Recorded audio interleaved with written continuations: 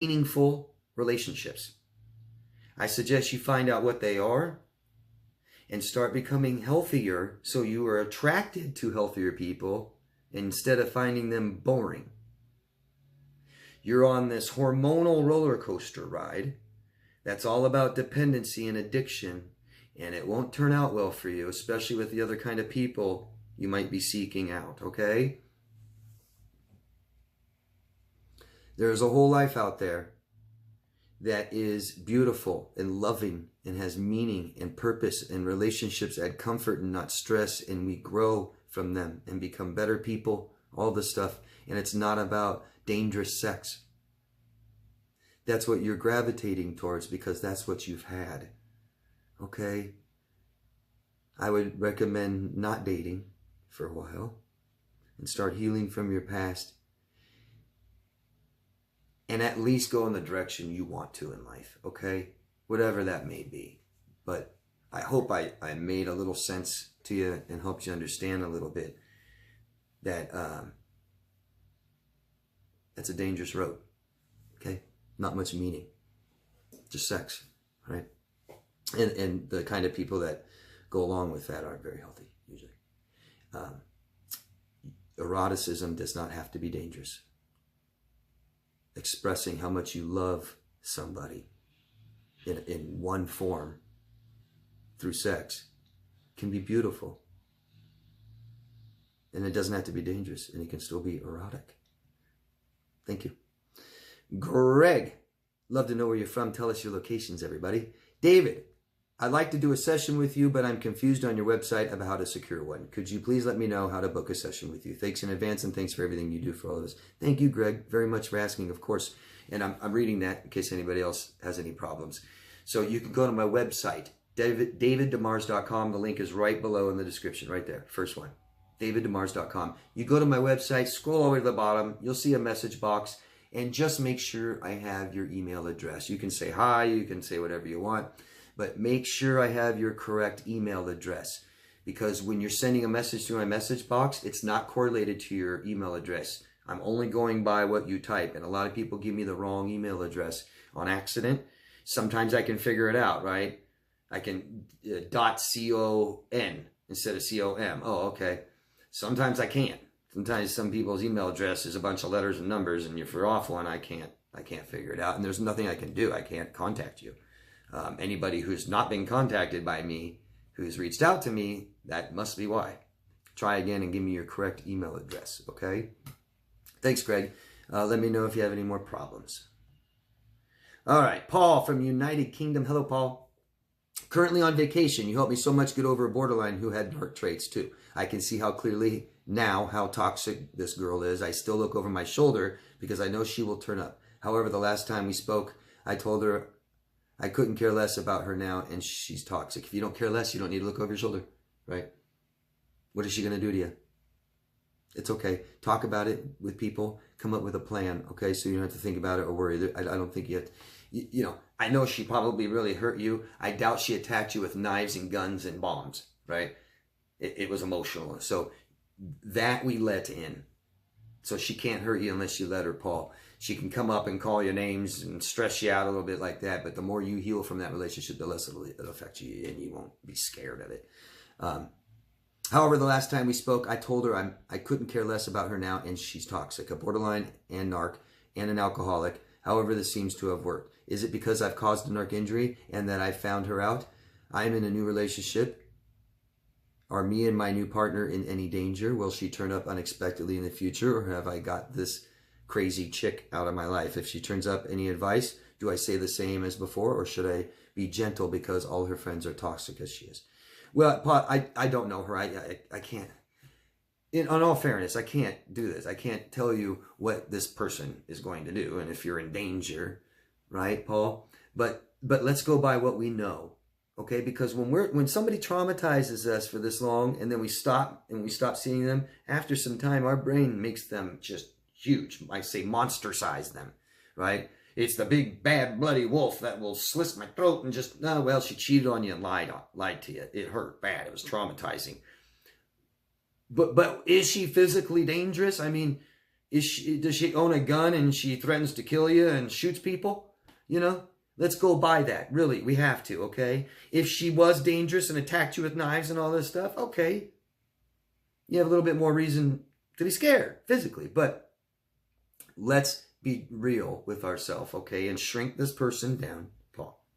And all I got to say is you come up with a plan, okay? I can't tell people what to do and what to say because I'm not them. We're all so different. Paul, you have your moral values. You have your feelings. You have what you want, what you need in your opinion. This is you, Paul, and I would go by these and how you deal with her. If you don't want her or need her, don't need to say anything to her. I would go by some of your moral values, which is respect, right? But you also have self-respect. So don't open the door and let her hurt you more, right? And you can do that nicely and say, no, thank you, go away, bye. That's respectful. But come up with a plan, Paul, so you know what to do. That always makes us feel better. What most of us don't do is process emotions. So something's scary and we stop there and try to ignore it and suppress it and drink and, you know, go through the whole thing, Paul.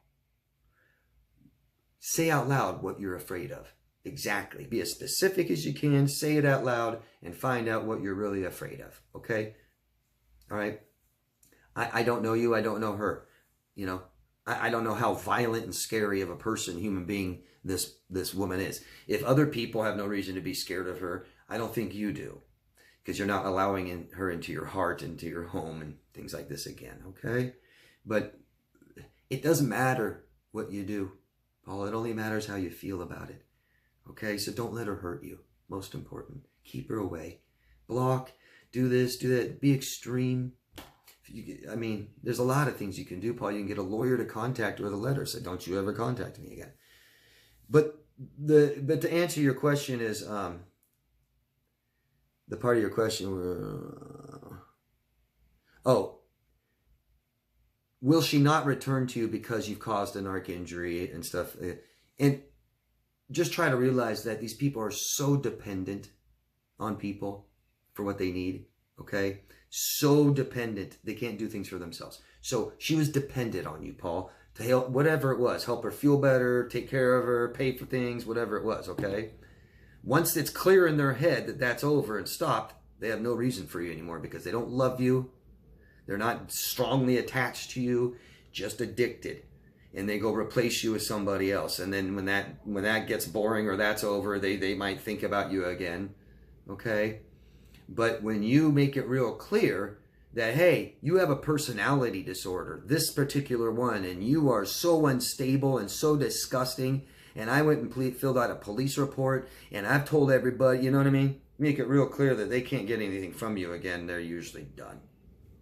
But we have been so susceptible to saying yes when we should have said no and being vulnerable in dangerous situations. So they know that they usually can come back and get a little bit more from you, you know?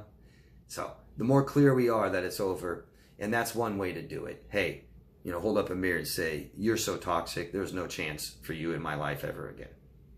And then that kind of rings true. They're also full of shame. So when you're telling them that you're a sick, unhealthy, bad person, it just creates more shame, makes them feel worse, and they really don't want to go back to that feeling. Hope that makes sense. Thanks, Paul. Emily Taylor from Latvia. Hello, David. I hope you and your family are well. They are, thank you, and I hope yours are too. I have a question. Could you please kindly talk how to tell a new boyfriend that I had abusive and toxic parents? I do not want my new boyfriend to meet my mom and dad. I appreciate all you do and all your experience you share with us. So, Emily, I'm sorry. We've gone over this before, and I'm sorry that I didn't help you before. I just want to say, if your parents, your family, your friends, if these people are still abusing you and you don't have anything to do with them in your life, how are you worried about him meeting them or not? I think in codependent relationships, especially codependent families, we think that our family represents us, and we feel nervous and ashamed at all these things, these bad qualities that our family have. It's not you. We're all separate. If your mom is toxic, that doesn't mean you are, okay? And we don't judge people, and hopefully your new boyfriend doesn't judge people and will understand. All of that is up to you. It's time appropriate when you feel comfortable telling him. I can't answer that for you, okay? If he says, I want to meet your family and your parents, or if you tell him I don't talk to them and he asks why, that's up to you when you want to tell him, because we're now moving the relationship the next step. You don't have to tell him. Say, oh, I wish to not talk about that right now. Not yet. It's too soon. I'll tell you about my family some other day, okay? And when you're ready, you can tell him. It says nothing about you. And what I encourage people, because this is something common I get from clients. David, I'm dating again. I'll go, oh, great. Yeah, and they're just like me. I told them about all my traumas, and they have the same traumas too. Yay! Too soon. Too bad. That is the beginning of the trauma bond. Here's my traumas. Oh, here's your traumas. Ooh, we're bonding. And then the trauma starts. It's time appropriate. It's up to you. Go by how you feel. If this is something you really want them to know and you don't want to hold back, tell them. Okay? But what's a good thing is not just that you've had a bad past. You can tell them, I've learned, I've healed, I've grown, I know this now, and I don't want to do this and be like them. But if your parents aren't in your life anymore, just tell them. They're not my life anymore because they're too sick and I love myself too much to keep them in my life. They're unmanageable. I can't have a relationship with them.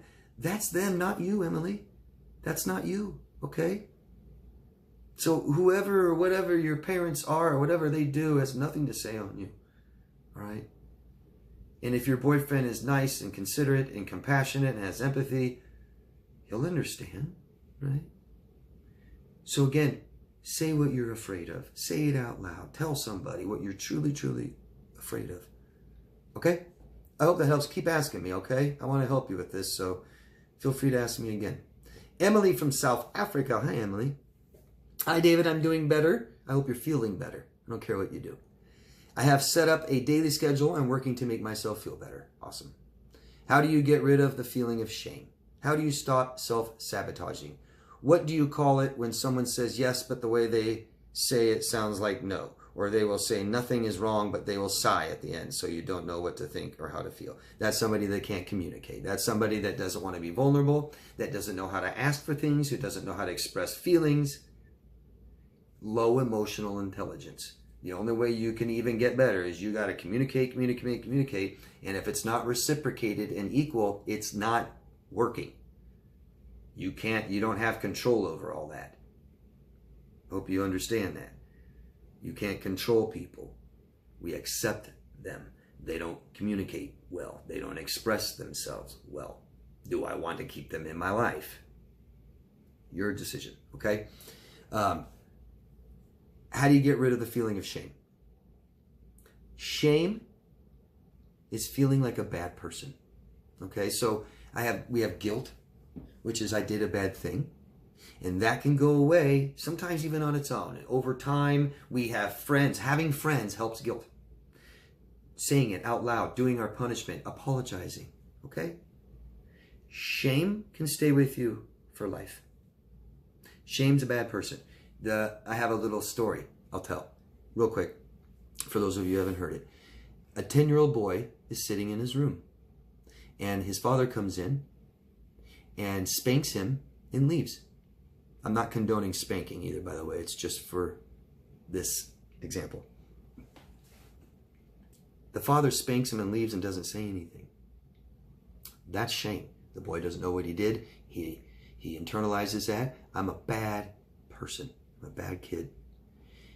But instead, if dad went in and told him what he did, you did something bad. Your mom told me that you crossed the busy street today. You're not allowed to, and there's a punishment. Here's your punishment. I'm going to spank you and I love you. Please don't do it again. Okay? That is guilt. He did his punishment. Goes outside and plays with his friends and feels all better. Okay? So how do I get rid of shame? People cause it. People help it. Say it. Talk. Say it out loud. Hear yourself say it. Have somebody else listen and respond. It helps. Okay? We say it and say it and say it and talk about it and understand it. And realize everything that happened, and usually we need somebody to help us do that with. okay? So talking helps. How do you stop self-sabotaging? This is about being mindful of our behaviors, okay? And sometimes some people aren't in control of their behaviors. People with personality disorders aren't necessarily in control of their behaviors.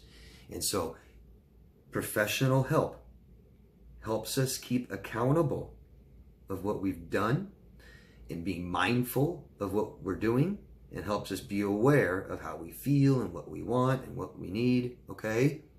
They'll also help you with the feeling of shame. So Emily, hire a professional.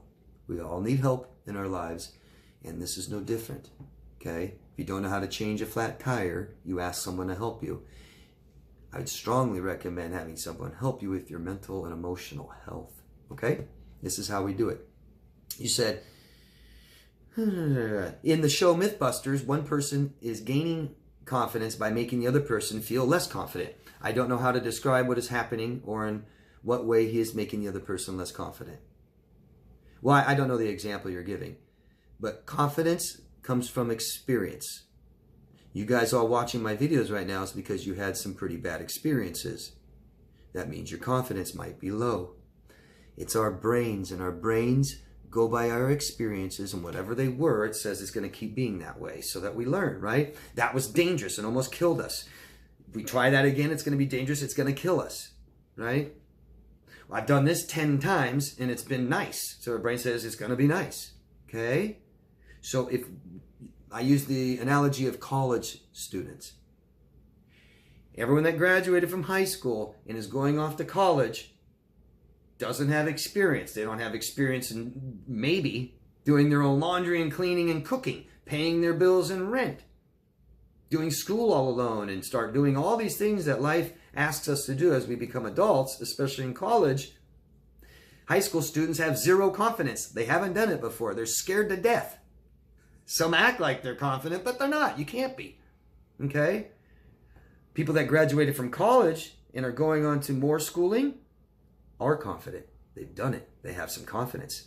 Matter of fact, more people that pursue education after a 4-year college do better than the people that go into 4 college because of experience, because of confidence. So if somebody's sitting there batting someone down, and it works for them and they feel good, they might get some confidence from that. That this works. I'm good at this. See that? The person getting batted down, this relationship ends, wants to go have another relationship, and the brain's telling them, oh, no, it's going to be bad. Be scared. And that's why we're scared. Hope that makes sense. Thanks. Keep asking. And D from Germany says, you could talk about the peptide addiction we experience after breaking up with a narc, if you like. Melanie Tanya Evans talks about this a lot. It helped me understand why these relationships are so addictive and the breakup is so incredibly painful.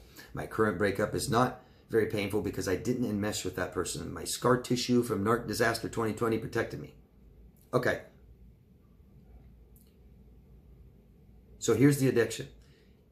And I understand what you're saying about the peptides. For those of you who don't know, here's the definition of a peptide. A compound consisting of 2 or more amino acids linked in a chain. The carboxyl group of each acid being joined to the amino group of the next by a bond of the type blah, blah, blah, blah. So we are fed these peptides by experience. And it doesn't matter if the peptide's good or bad, we keep getting the same ones from the same experiences. We can become dependent on this. Here's a better way to understand it, I think. Here's the way that I explain it. I'm going to explain it real quickly again. We have hormones. We are very ruled by hormones. We can be, can't we? Very. And our feel-good hormones are released during these feel-good times in our relationships with these people. The beginning is used the most. Now here's the deal. We feel-good hormones. Hope you guys understand what these are. We got what, serotonin and oxytocin and I can't even remember. Doesn't matter. 4, and there's actually more, but 4 really feel-good hormones are involved in these relationships that we have that are toxic and unstable. What happens is we have a rush of hormones. The love potion, right? When we're really excited and we really like someone, we even have cortisol, stress chemical. Makes it hard to speak and makes our palms sweaty. We're so struck by how amazing this person is and how much I care for them and like them. They rise and they fall. They rise and they fall. When we, in the beginning of the relationship, woo, it's amazing. Not for everybody, but most. Oh, it's amazing. You're everything I wanted, everything I was looking for. You love me unconditionally. I love you unconditionally. We're going to be together forever. You and me against the universe. Oh my God, I finally found my soulmate. Yeah? Woo, woo, woo. Feels amazing. And then he says, or she says, I don't love you anymore. There's somebody else and I never want to see you again. Goodbye. And then we get back together and they go back up and that was amazing. I'm sorry that we did that. I want to be with you forever. I can't believe that. And then they start making up other people's names and bringing other people in the relationship, causing you to be very insecure and scared. These hormones rise and fall. Okay, it's the same thing that happened with all addictions. When I'm gambling and I'm gambling lots of money, my hormones go woo, woo, woo. Especially when I win, woo, woo, woo. Then I lose everything. I get drunk at night, woo, woo, woo. And I get hungover because it's leaving my body and feels bad. I get high on drugs, woo, woo, woo. And it goes down, goes away, and feels horrible. Okay? I have sex, and then they don't want to talk to me. Then we have sex, and I don't want to talk to you. Just like the person was talking about how great neurotic sex is because it's dangerous. It makes your hormones go up and down. You're becoming addicted to this sexual relationship you have with somebody. Dependency means you can no longer do this yourself. Period. That's it. You have had this external force, right? Rise and fall your hormones till we become dependent on it. We no longer can do that ourselves. And now this person's off and with somebody else and we're just empty of these hormones and we're depressed and we're anxious and we can't figure out why and we keep ruminating and thinking about it. Just like any other addict. Just like the addict that drives by the bar. Can't go in. You might be driving by your ex house. Just like the addict that keeps looking up, whatever, videos of people getting high and stuff. And maybe you're looking up videos of narcissists. It's the same thing. It's not similar. That's what it is. So we have become dependent on an external source to rise and fall our feel-good hormones, and now it's gone. Okay? So we are dealing with trauma. We're dealing with trauma bonding. We're dealing with dependency and grieving our loss. All of it. It's awful. It's an awful, awful combination.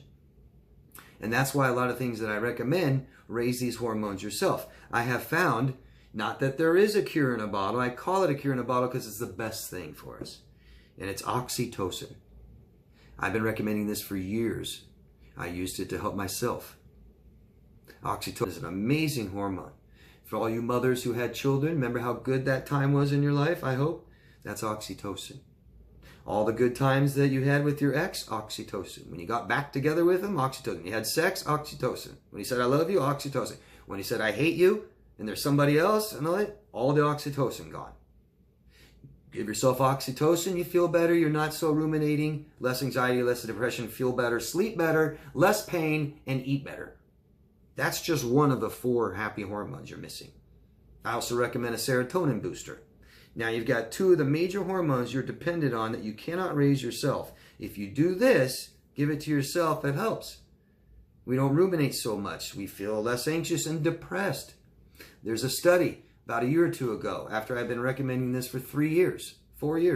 There was a study I came across, thank God, I loved it, about a vole, which is a little tiny mouse.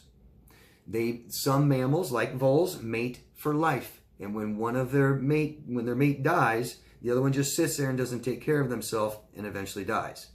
Okay, kind of like how we feel, don't we? They gave these voles oxytocin, boom, up and running, taking care of themselves, living a full life without their partner. It works. I don't know what else to say. So I like Melanie Tanya Evans' example and talk about peptides. She's pretty great. Anybody who hasn't seen her before, check her out. But that's what's really going on. This is a hormonal thing.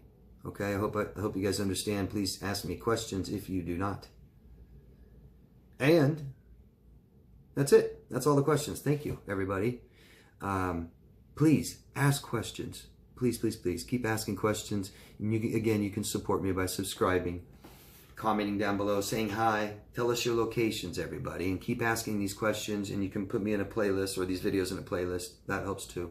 Thank you, everyone. I really, really appreciate all of your guys' support and involvement and questions and feedback. I really do. Thank you, all of you. Love yourself first. I'll see you next week, okay?